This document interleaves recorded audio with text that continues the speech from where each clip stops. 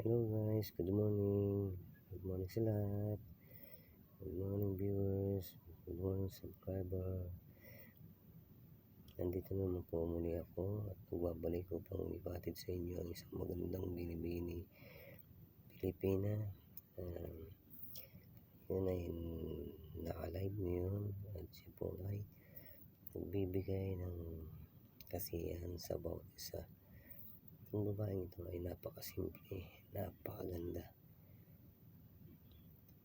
Kahit siya ay may salamin, kitang-kita pa rin yung kagandahan.